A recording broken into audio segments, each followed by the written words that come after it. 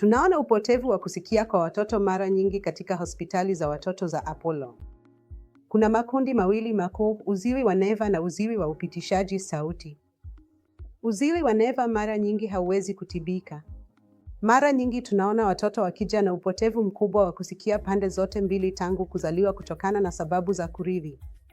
Watoto wengi wenye upotevu mkubwa wa kusikia pande zote mbili wanaweza pia kupata hali hii kutokana na maambukizi ya virusi kama surua na tetekuwanga.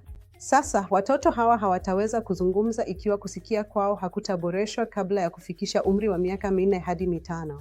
Kwa watoto hawa, upasuaji wa kupandikiza kifaa cha cochlear ndio bora zaidi, ambapo kifaa hupandikizwa kwa upasuaji ndani ya sikio la ndani, karibu na neva ya cochlear ili kuichochea. Ikiwa haitatibiwa kwa wakati unaofaa, watoto hawa wanaweza kupata uharibifu wa kudumu wa kusikia kwao. Tunaona watoto wanaokuja na upotevu wa kusikia ambao hugunduliwa kuwa na majimaji nyuma ya ngoma ya sikio. Sasa hili linaweza kutokea kutokana na sababu za kawaida kama vile kuongezeka kwa tonsils na adenoids ambazo huzuia njia ya hewa.